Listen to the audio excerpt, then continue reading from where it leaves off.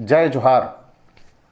साथियों, अचलानंद महाराज की जागवत कथा में आप सभी का बहुत बहुत स्वागत।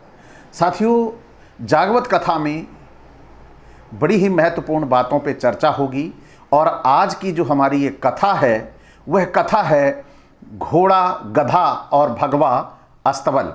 यानी भगवा अस्तबल आप सभी ने अभी हाल ही में सुना होगा कि कुछ लोग अपने आप को घोड़ा बन रहे थे, यानी भगवा अस्तबल के घोड़ा थे वो, और गधा कौन था यह आप सभी से छिपा नहीं है। तो इसी कथा को आज मैं आपको कह के सुना रहा हूं, यानी हमारी ये जो जागवत कथा है वह आपके लिए समर्पित है। बहुत दिन नहीं हुए जब हमें बताया जा रहा था तुम सबसे पहले हिंदू हो।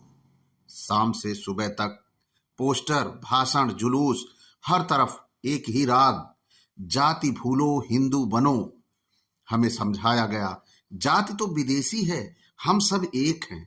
हमने भी सोचा चलो शायद इस बार बराबरी की बात सच हो जाए, लेकिन कहानी यहीं से पलटती है। जैसे ही यूजीसी बिल आया, वही लोग जो कल तक हमें हिंदू बनाने में जी जान लगाए हुए थे, अचानक इतने खूंखार हो गए मानो असली चेहरा अब सामने लाने का समय आ गया हो। इतने खूंखार कि हमारे प्रधानमंत्री तक को तेली बना दिया और खुद बने घोड़ा। हाँ, एक ऊंची नस्ल का राजसी घोड़ा जिसकी लगाम संविधान नहीं परंपरा पकड़े हुए थी। और फिर जो हुआ वो चुपचाप नहीं हुआ, वो पूरे ऐलान के साथ हुआ। पूरे एससी और ओबीसी समाज को बना दिया गया गधा जो बोझ होता है लेकिन रास्ता नहीं चुनता, जो मेहनत करता है लेकिन मालिक नहीं बनता। अब सुनिए, यह कोई जानवर की कहानी नहीं है, यह व्यवस्था की कहानी है। घोड़ा तय करता है कौन दौड़ेगा, कौन रुकेगा। गधा तय करता है सिर्फ इतना कि आज बोझ कितना भारी है। यूजीसी बिल आया तो शिक्षा का मैदान बना एक नया अस्तबल। घोड़े बोले प्रतियोगिता बराबरी की है, लेकिन नियम ऐसे बने कि घोड़ा पहले से ट्रैक पर खड़ा था और गधे को अब भी जूते ढोने थे। फिर कहा गया देखो कोई भेदभाव नहीं है, सब खुला है, सब मेरिट है, लेकिन मेरिट का मतलब केवल वही समझे जो पीढ़ियों से काठी पर बैठे थे। कल तक जो कहते थे जात की बात मत करो, आज वही जात के हिसाब से कुर्सियां गिनने लगे।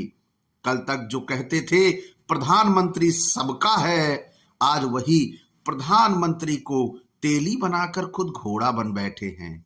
और हमसे कहा गया तुम राष्ट्र निर्माण में सहयोग करो, मतलब चुप रहो, ढोते रहो और पूछो मत।